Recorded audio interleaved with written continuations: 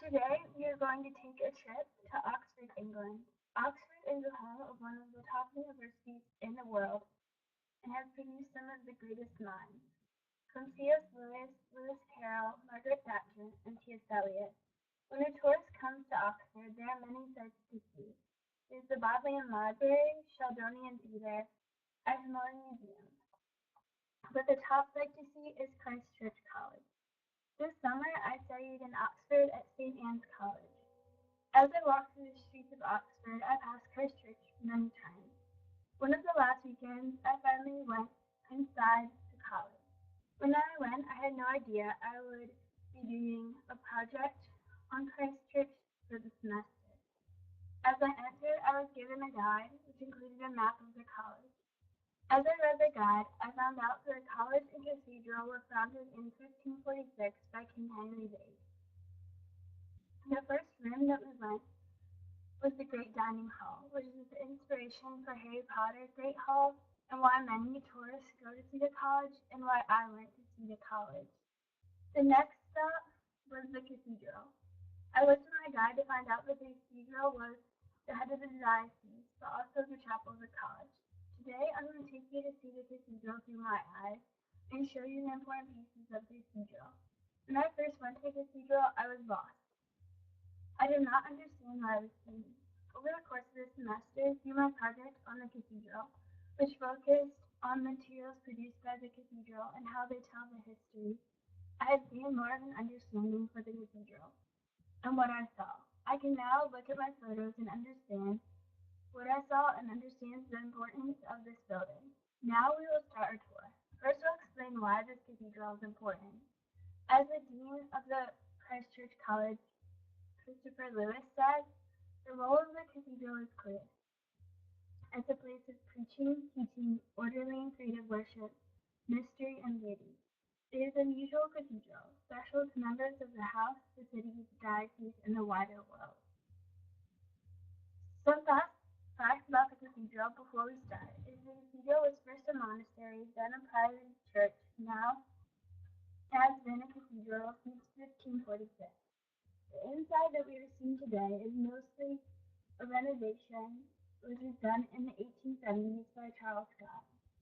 As a tourist, when we first walk inside the cathedral, we see down the nave. We see the large rose window, which is common with Gothic architecture. This building is built in Norman and Gothic styles. When you look at the ceiling, you see the chancel vault. The ceiling was created by William Orchard in 1500. It is meant to look like the stars of heaven. Next, we will see the cathedral. This is the cathedral, which is the bishop's dome. The next stop on our tour is the Shrine of St. Francois. This is a recreation of the shrine that was in the Priory of St. Francois. Before this was a cathedral, it was a priory church that was established in the 12th century. The shrine is for the patron saint of Oxford. In medieval times, people would make a pilgrimage to the site. Behind this shrine is stained glass window for the saint, which tells her story. She was a princess of a Saxon king who wanted to devote her life to God. She heard she had to marry a prince, so she fled Oxford. She later returned, but still the prince wanted to marry her. She prayed to God, and he was struck by lightning and blinded. He asked her to go in, and she did, and after she became a nun and found humanity. After you see the shrine, you move to the bell altar. This was created for George Bell, who was a student of the college, and later he was a bishop. He, during World War II, went against the House of Lords, telling them they should not bomb German cities.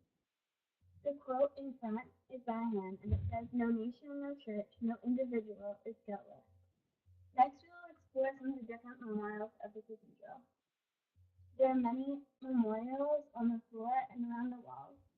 First is the Cavalier Memorial, which is for the royalists who fought for Charles I in the English Civil War from 1642 to 1646.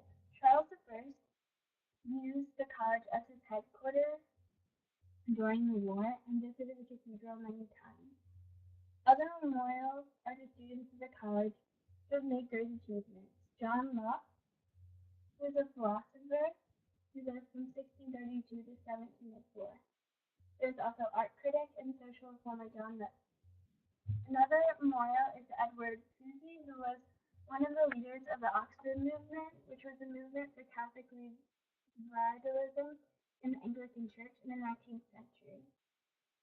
George Berkeley is someone that some Americans might be familiar with. He was a bishop at Oxford, and he's famous for being named after University of California, Berkeley. The World Memorial to the members of the college are near the entrance. The next place to explore is the Thomas Becket window. This window is rare because the pre-Reformation, most of the windows were smashed during the Reformation because they were seen as idolatry. This window is dated back to 1320. In this window is the image of Thomas Becket, who is the Archbishop of Canterbury. He was seen as a saint and a martyr, but this is one of the only images left of him. This is the end of our tour.